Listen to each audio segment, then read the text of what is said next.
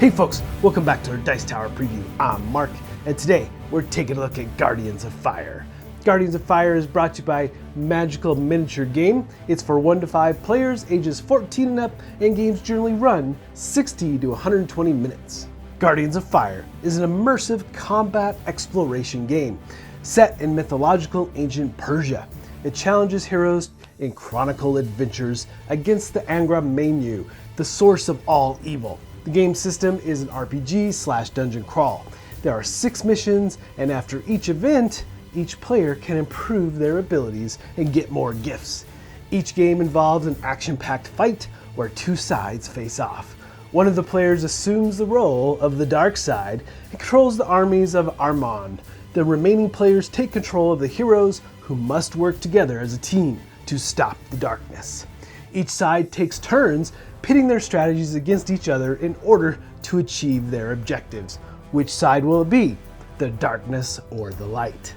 The first chronicle sets up significant upheavals in the world that will bring about the next great conflict between the darkness and the light, as it was 3,000 years ago.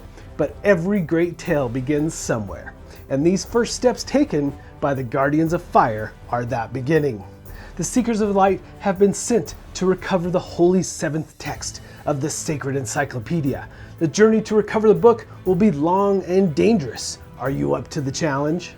So, this is a big, expansive dungeon crawl experience, and it is that 1 versus many. So you do have one player as the Dark, and they'll have their own set of cards, their own set of monsters, and they'll basically be running the scenario. You have several different scenarios, obviously, as you adventure through this world and the story.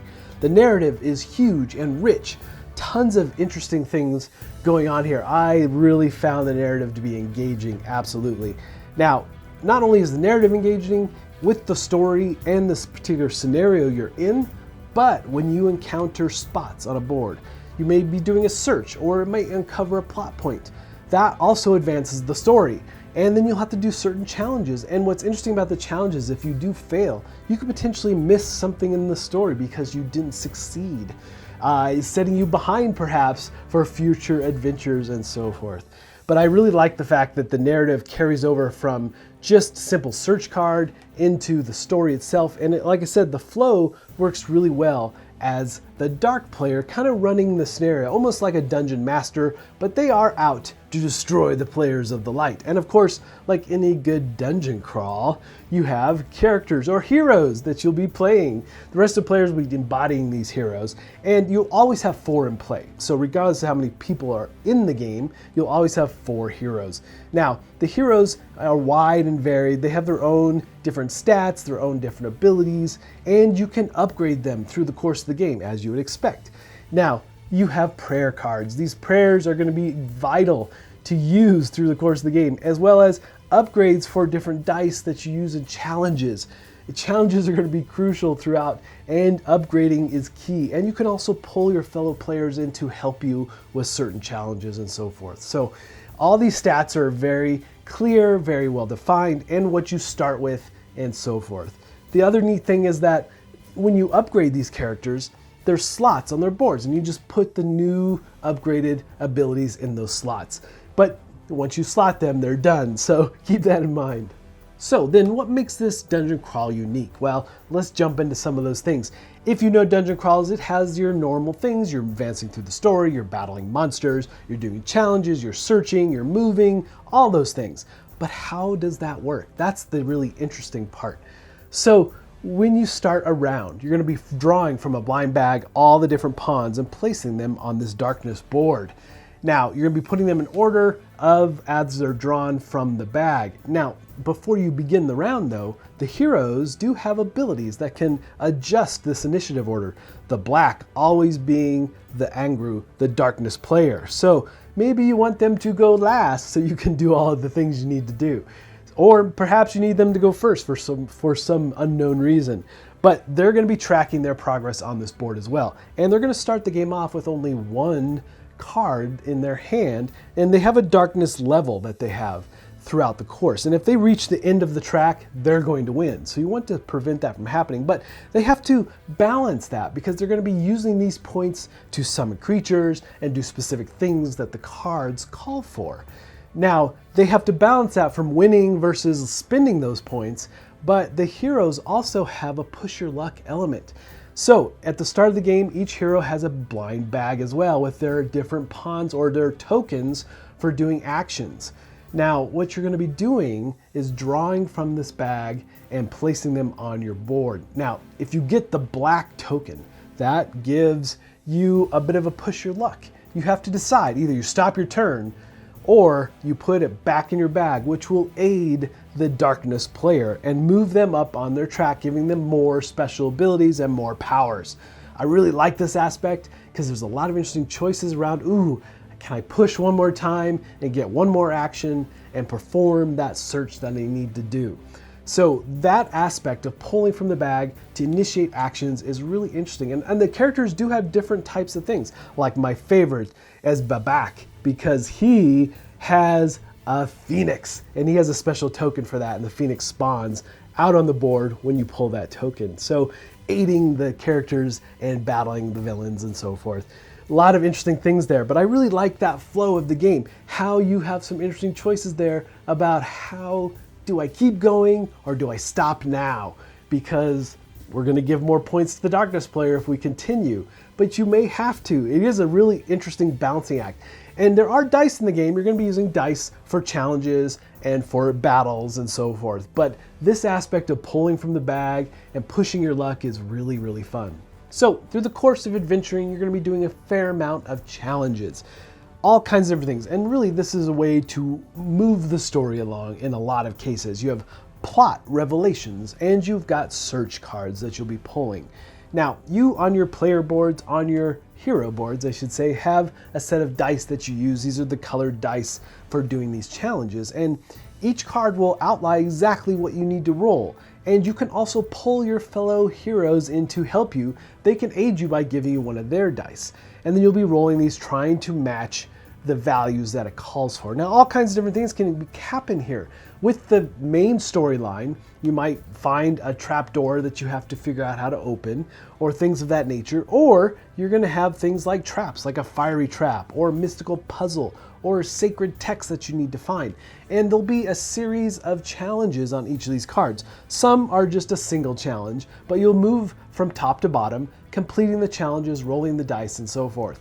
So the thing here though is that, there's consequences for failing. So like for the fiery trap, you're going to take 2 damage if you fail, but you're going to be rolling the dice that your character has available and trying to match the symbols. And if you succeed, then you move on and so forth. And some of these challenges you can come back to and try again if you fail.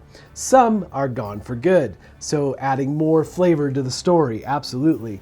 So these challenges really add a lot of interesting aspects to the game as you move through it, and it adds so much storytelling. So regardless if you're rolling for challenges or you're going into combat, all those things are very straightforward and streamlined for the game as well.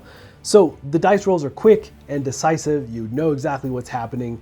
But in combat, what's interesting is that you do have your standard RPG dice, and you have to choose when you do your skill test, so to say. So you've got like your 6-sided, your 8-sided, 10-sided RPG style dice.